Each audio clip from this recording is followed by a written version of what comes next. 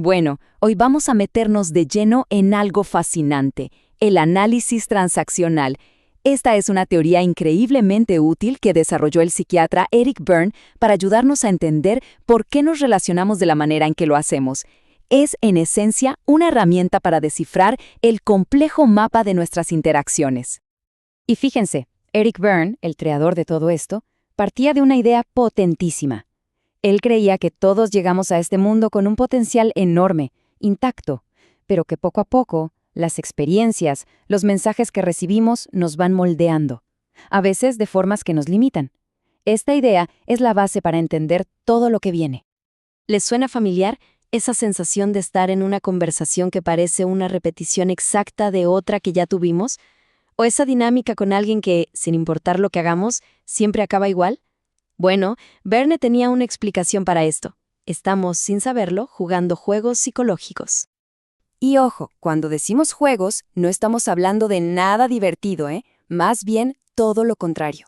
Son patrones de conducta casi rituales, que seguimos una y otra vez, casi siempre de una forma totalmente inconsciente. A ver, para que quede claro, un juego psicológico es como una obra de teatro que repetimos sin darnos cuenta. Tiene un guión, un motivo secreto y, lo más importante, siempre termina con una recompensa emocional. Y lo curioso es que esta recompensa suele ser un sentimiento negativo que en el fondo confirma algo que ya creíamos. Cosas como, ¿ves? Al final nadie me entiende. O, sabía que no podía confiar. Vamos con un ejemplo que segurísimo todos conocemos. Es tan común que es muy probable que lo hayamos jugado o visto jugar esta misma semana. Es el famoso juego del sí, pero. La cosa va más o menos así. Una persona, el jugador A, plantea un problema. El jugador B, con toda la buena intención del mundo, empieza a darle soluciones. Y a cada idea, A responde, sí, pero eso no va a funcionar por tal cosa. O sí, pero ya lo intenté. Y así siguen hasta que B se agota, se frustra. ¿Cuál es la ganancia oculta para A? Pues demostrarse a sí mismo que su problema no tiene solución, y así no tiene que hacer nada al respecto. Pero aquí es donde la cosa se pone de verdad interesante. Porque los jugadores no son solo las personas que nos rodean, no. Los verdaderos jugadores están dentro de cada uno de nosotros. Berne nos dice que dentro de nuestra personalidad conviven 3 estados del yo. Y no son ideas abstractas, Son como 3 sistemas operativos distintos, cada uno con su propia forma de pensar, de sentir y de actuar. Conocerlos es la clave de todo. Pensemos en el estado padre como una especie de grabadora interna que se encendió en nuestra infancia. Ahí están guardadas todas las reglas, las normas, los deberías y no deberías que aprendimos de nuestros padres y de otras figuras de autoridad. Es la voz del pasado que nos guía o nos critica. Luego está el adulto. Este es como el director ejecutivo de nuestra personalidad. Es la parte lógica, la que ve las cosas como son, aquí y ahora. No se deja llevar por las reglas del pasado ni por las emociones del momento. Simplemente analiza datos, evalúa la realidad y toma decisiones. Es nuestra voz de la razón. Y por último, pero no menos importante, tenemos al niño. ¿Y qué personaje?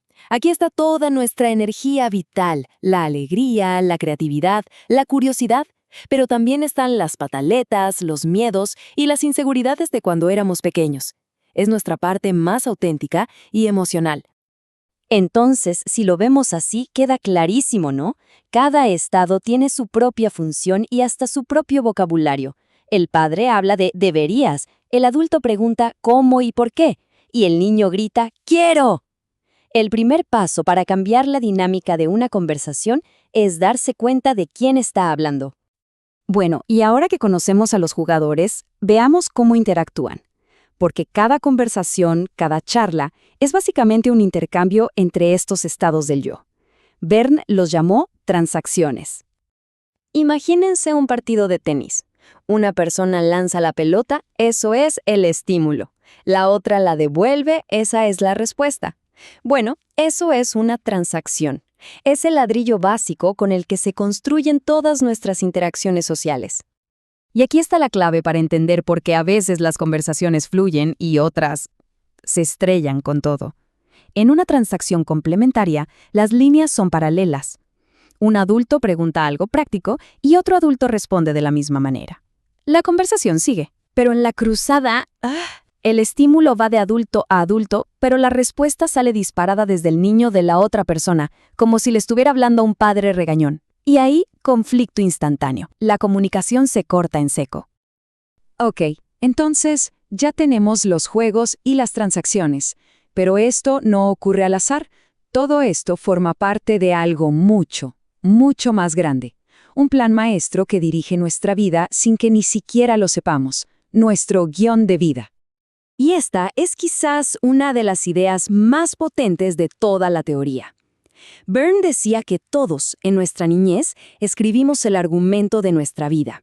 Decidimos si seremos héroes, víctimas o villanos. Y los juegos que jugamos de adultos, muchas veces, solo sirven para que la trama de esa historia se cumpla. Es el mapa invisible que seguimos sin cuestionar. ¿Y cómo se forma este guión? Pues es un proceso que empieza desde que somos muy pequeños. Primero, recibimos mensajes, no solo con palabras, sino con gestos, con silencios. Basado en eso, tomamos decisiones para sobrevivir. Para que me quieran, tengo que ser perfecto, o el mundo es un lugar peligroso.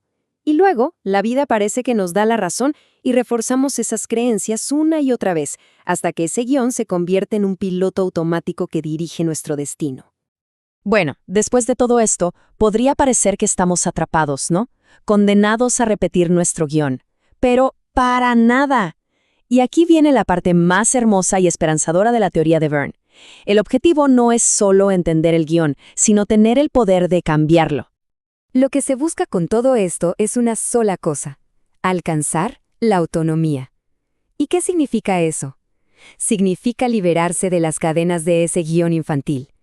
Significa vivir en el presente, con conciencia, y recuperar la capacidad de tomar el lápiz y ser quienes escribimos nuestra propia historia, aquí y ahora. Y esa autonomía, esa libertad, se ve en tres cosas súper concretas. La conciencia, que es la habilidad de ver el mundo como es, no como nuestro guión nos dice que es. La espontaneidad, que nos da la libertad de elegir cómo responder en vez de reaccionar en piloto automático. Y finalmente la intimidad, la capacidad de conectar de verdad con otra persona sin necesidad de juegos, sin máscaras. Al final, la pregunta que nos deja esta increíble herramienta es muy simple, pero a la vez muy profunda. Si reconocemos nuestros juegos, si entendemos a los jugadores que viven dentro de nosotros y nos hacemos conscientes de nuestro guión, el poder vuelve a nuestras manos. Dejamos de ser actores que repiten un papel y nos convertimos en los autores, con la total libertad de decidir qué historia queremos escribir de aquí en adelante.